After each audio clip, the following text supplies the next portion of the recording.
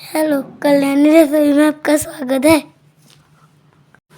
चलिए आज हम बनाते हैं भरवा करेला। इसके लिए सबसे पहले हमने लिया है 250 ग्राम करेला। इस करेले को हमने अच्छे से धुल लिया है।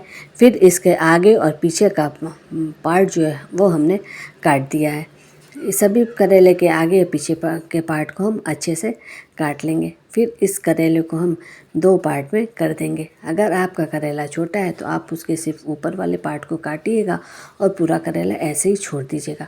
ये ध्यान रखिए, ये देखिए, ये हमारा जो करेला है वो पका निकल गया, तो इसके हम सभी बीज को अलग कर देंगे।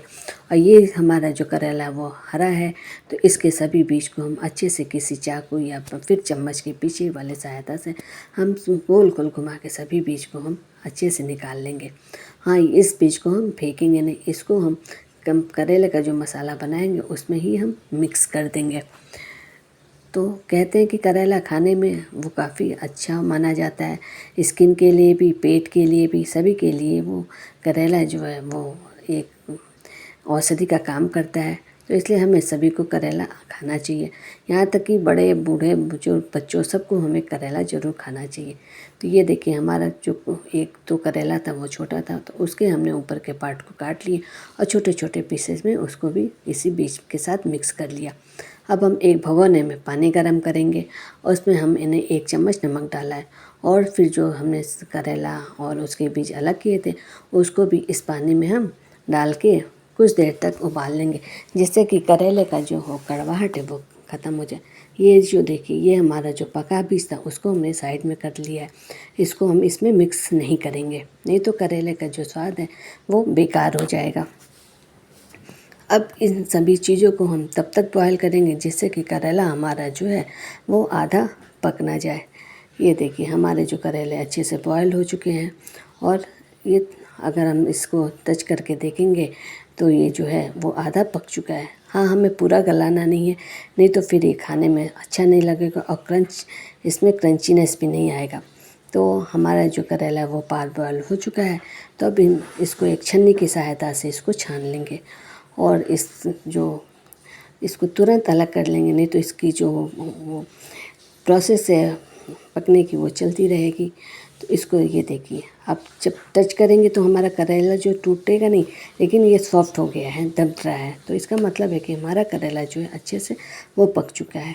अब हम मसाला बनाने के लिए कढ़ाई लेंगे, उसमें हम सरसों का तेल डालेंगे और फिर उसमें जीरा डालेंगे। जब जीरा चटकने लगे तो हम एक भरने के लिए मसाला तैयार करेंगे, जिसमें कि हमने 2 चम्मच धनिया का पाउडर लिया है। हमने 2 चम्मच धनिया पाउडर लिया है। इसमें थोड़ा सा हम हल्दी मिक्स करेंगे।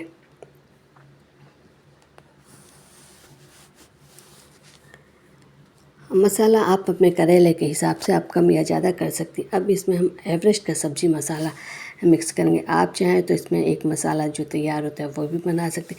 ये हमने 2 चम्मच जो है वो सब्ज़ी मसाला मिक्स किया है। अब ये आधा चम्मच अमचूर पाउडर डालेंगे।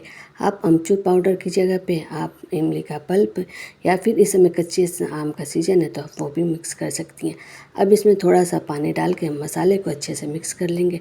फिर इसको जो तेल गरम है उसमें हम डाल के इसको भुनेंगे, जिससे कि मसाले का जो कच्चापन है वो निकल जाए और सब्ज़ी का जो भरवा स्वाद है वो अच्छा है। अब इसमें थोड़ा सा पानी डाल के और भुनेंगे, जिससे कि मसाला हमारा जले ना और अच्छे से भुन जाए। ये मसाले को हम तब तक भुनेंगे जब तक मसाला जो है वो तेल रिलीज़ ना कर पाए न दे। तो इस मसाले को आप जितने अच्छे से भुनेंगी वो सब्ज़ी का और करेले भरवा का स्वाद भी वो उतना ही ज़्यादा स्वादिष्ट आएगा। अगर मसाला आपका कच्चा रह गया तो फिर इसमें स्वाद अच्छा नहीं आएगा।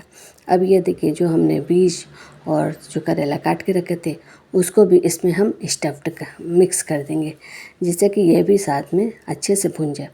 हाँ, करेला बॉयल करने से जो क्या होता है कि इसका जो कड़वापन है वो कुछ हद तक कम हो जाता है, जिससे कि ये जब करेला थोड़ा कड़वा नहीं रहेगा तो इसको बच्चे, बूढ़े क्या बच्चे भी अच्छे से स्वाद लेके खाएंगे, क्योंकि इसका कड़वापन जो है वो कम हो जाता है। अब करेला है तो कड़वा तो रहेगा ही, तो लेकिन काफ़ी हद तक इसका बॉयल करने से कड़वापन जो है वो निकल जाता है। जैसे कि कुछ लोग क्या करते हैं कि उसको नमक और पानी डाल के मिक्स करते हैं और फिर इसको निचोड़ते हैं, तो उससे अच्छा है कि इसको थोड़ा सा अगर हम उबाल दें तो वो ज़्यादा अच्छा स्वादिष्ट भी बनता है और भुनने में भी अच्छा रहता है। और ये देखिए अब सभी करेले को हम अच्छे से स्टफ्ड मसाला जो है वो हम स्टफ्ड कर देंगे। इसमें मसाला जो है अच्छे से स्टफ्ड करिएगा, तभी जो भरवा करेले का स्वाद है वो अच्छे से उभर के आएगा। अब सभी करेले को हम अच्छे से स्टफ्ड करते जाएंगे। ये देखिए हमने सभी करेले को अच्छे से भर लिया है। इसी प्रकार से आप सभी करेले को अच्छे से भर लीजिएगा, जिससे कि इसका स्वाद जो है वो काफ़ी अच्छा उभर के आएगा। अब हम क्या करेंगे, इसमें फिर से एक पैन लेंगे और जब पैन गरम हो जाए तो हम इसमें फिर से सरसों का तेल ऐड करेंगे। करेला जो है वो सरसों के तेल में ही काफ़ी स्वादिष्ट लगता है, लेकिन आप जो भी कुकिंग ऑयल खाती हैं आप उसको भी इसमें डालकर बना सकती हैं। और कोई भी हम जब भरवा चीज़ बनाते हैं तो हम कोशिश करते हैं कि उसमें चौड़े बर्तन का ही या पैन कढ़ाई का इस्तेमाल करें, जिससे कि वो जो है वो अलग अलग स्प्रेड होके रहे, एक के ऊपर एक न चढ़े। तो उससे क्या होता है कि वो अच्छे से क्रंची होते हैं, अच्छे से दोनों साइड से भुन जाते हैं। ये देखिए हमारे जो करेले हैं वो एक साइड से अच्छे से भुन चुके हैं, वो गोल्डन ब्राउन हो चुके हैं। अब इनको हम पलटकर अच्छे से पकाएंगे।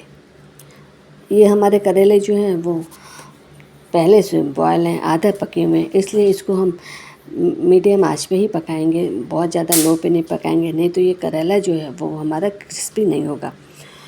और अगर हमारी ये रेसिपी आपको पसंद आ रही हो तो प्लीज़ इसको लाइक कीजिएगा, चैनल को सब्सक्राइब कीजिएगा और ज़्यादा से ज़्यादा लोगों तक शेयर कीजिएगा।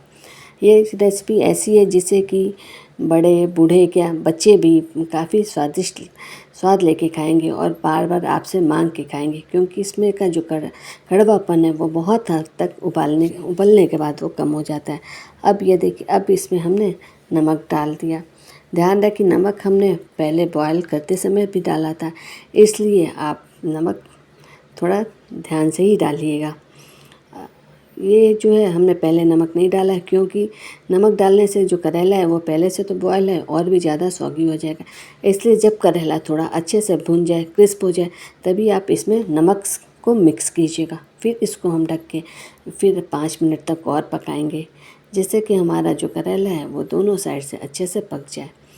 ये जो है देखिए ये हमारे करेले जो हैं अच्छे से पक चुके हैं, वो पूरे तेल एब्जॉर्ब कर चुके हैं और दोनों साइड से अच्छे से क्रिस्पी हो चुके हैं। अब इनको गैस बंद कर देंगे और फिर हम इसको उतार कर एक बर्तन में खाली कर लेंगे।